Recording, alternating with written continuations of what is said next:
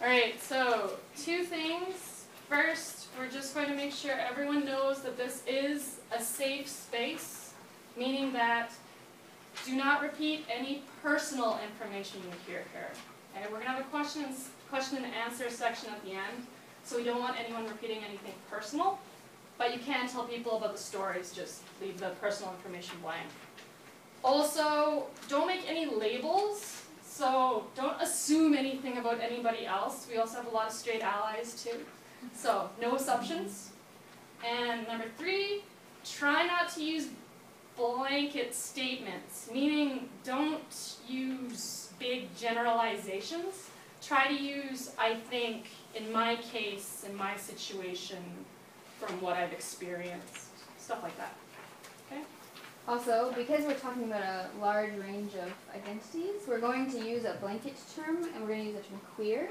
So I know some of you might feel some apprehension about that term because of its history as a pejorative, but we don't mean it in that sense. We mean it as a sort of umbrella term for the whole spectrum of identities. So when we use that word, we're meaning like a whole range of people.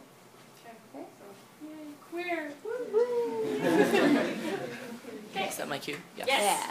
Yeah. All right, so first I'm going to talk a little bit about the history of queer identities within Japan. So originally, in the past, especially pre-Western influence, there was no sort of religious or moral condemnation of it. It was not viewed as anything immoral, and the indigenous religion of Japan, which is Shintoism, has no sort of, nothing against it. It does, however, have a strong focus on things like procreation and having children. So before the Western influences, especially in terms of homosexuality, those kinds of relationships were not considered anything wrong. Actually, in a lot of ways, they were encouraged, especially among sort of high-ranking people within society, such as samurai or Buddhist monks, who would often have relationships with their acolytes or their pages. And those kinds of relationships were kind of idealized. There's tons of poetry about it. Like, they were considered wonderful and beautiful. The same, however, is not true for women being together. Also, it was considered a big form of male bonding, and it was considered an important part of those societies. Also, there is an issue with the fact that a lot of the time things like homosexuality and transgenderism are conflated, and that comes mostly from kabuki. So originally kabuki was men and women, but then the government decided no women allowed, it's exploitative of their beauty, so it became just men. And at that time the kabuki plays were also in the pleasure centers, so people would visit them to enjoy seeing men dressed as women and would often take them out on dates. So the idea of queer identities is often associated as some kind of gender play. So you'll often have people who think that it's all one and the same, and that is the major reason why.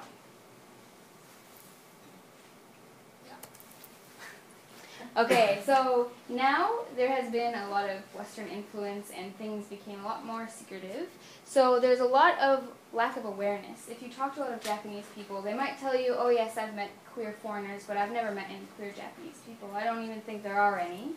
And a lot of the time, Japanese people who are queer would never tell anybody. It's not a sort of life-changing identity. It's more considered like a personal desire. So you're still expected to get married and have children, and many of them do. There's a lot of dismissiveness. There's also a lot of invisibility for bisexuals and lesbians. Furthermore, the sort of stereotype about gays is that it's a physical desire, so that you still have your wife and your kids, and then you can have your relationships on the side. As long as they don't interfere with your family life, it's considered sort of not a problem. And as long as you don't tell people about it. However, anyone who identifies as queer and lives as queer is viewed often with a lot of suspicion because they're not following the sort of cultural imperative of having a family and children. Also, if you talk to people about it, if they have objections to it, they're often practical, like things like not having kids and a family, rather than a moral objection. And there's a lot of sort of lack of information or confusion about what the identities mean. And yeah, a lot of the time it's not considered an orientation, it's often viewed as a kind of fetish. And with women, the stereotype is that women who identify as lesbian are women who had a traumatic experience with men, and that they can't handle being around men anymore, so they're considered to be really like soft and docile and timid, and that's why they seek out other women as a sort of safety.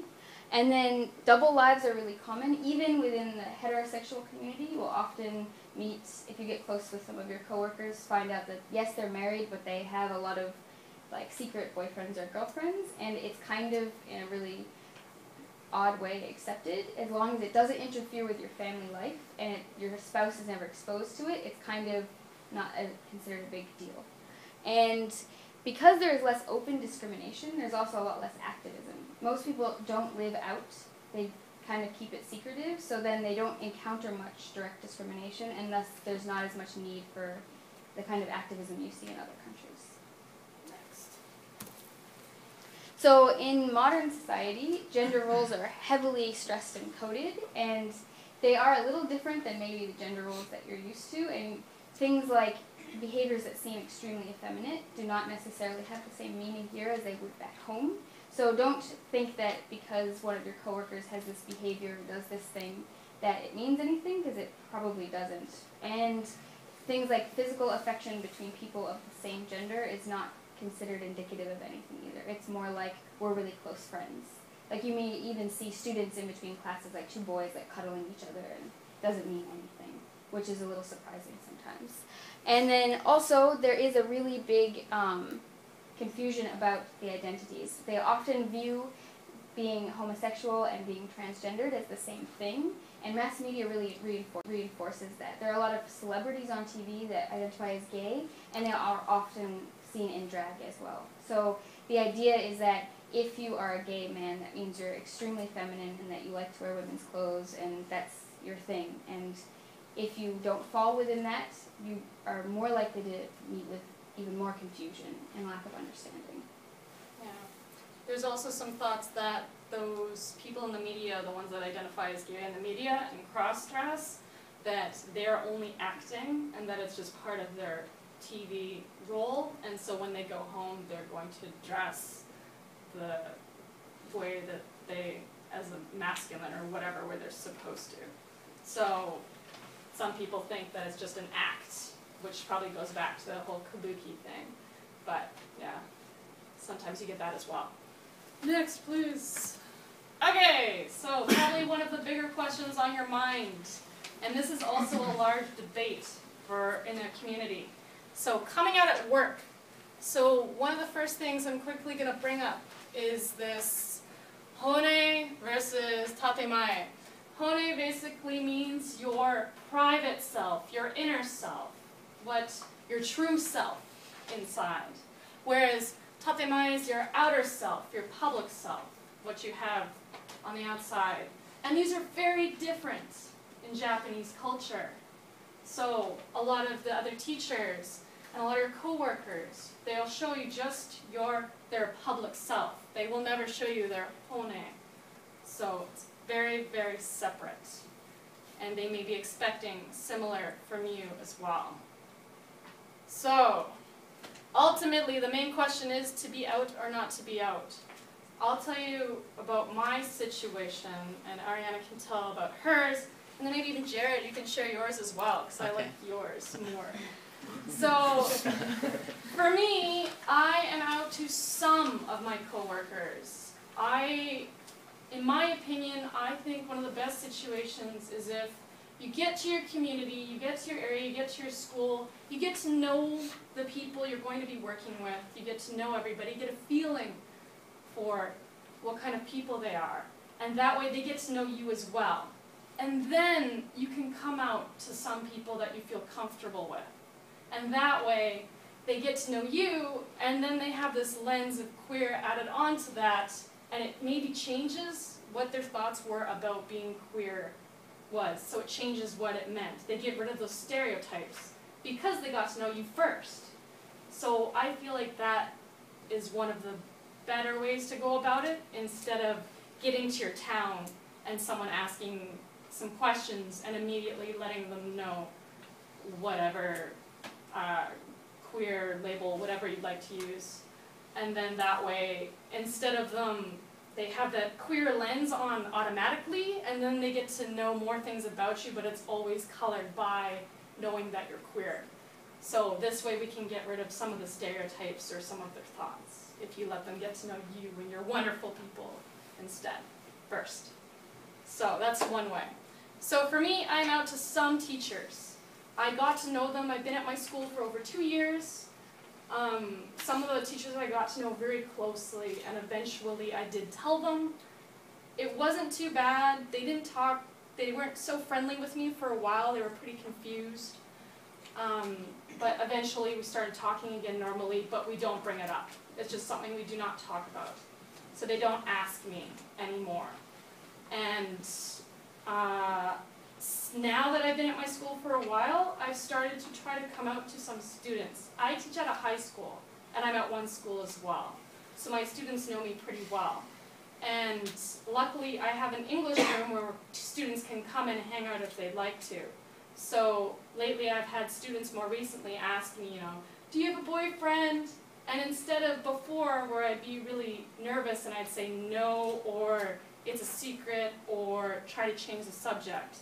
Instead I say no because I don't like men. So then they get confused and they're like, eh? I'm like, oh, it's because I like women. And then it clicks. I don't use any of the terminology. I won't use gay or lesbian because they might get that confused or might not understand it. But if I say, I like women, they tend to understand that. Like, they'll say, oh, you like men as friends? I'm like, yes. Only friends? Yes. You like women? Yes. Like, married? Like, date? Yes. They got it. Yeah. And so some students I've told, and I actually was lucky enough to have 2 girls come out to me lately. So that was wonderful. And I feel really lucky that they feel like they can come talk to me as well. So that was really nice for me. So. Okay, so my situation is a little different. I chose not to come out at work for a variety of reasons. First of all, the prefecture that I'm in is a really pretty conservative prefecture in general, and most of my coworkers are much older men, and it would have made things a lot more difficult for me. Furthermore, I like to do a lot of lessons that focus around sort of social justice issues, and being able to keep the air of being really removed and scientific and objective makes it so they're more receptive to letting me do these lesson plans. Whereas if they knew that I had any sort of personal feelings about it, I feel like it would make my job harder. However, after a lot of my lessons that I've done, I have actually had students come out to me and or tell me that I changed their opinions about things and that they want to help do volunteer work now. And I actually have some of my students got really involved with that. And so by not coming out, it made that sort of aspect, my goal, a lot more easy to obtain. Probably I will eventually, but I'm going to wait until like more time has passed. However, some of my coworkers probably have figured it out.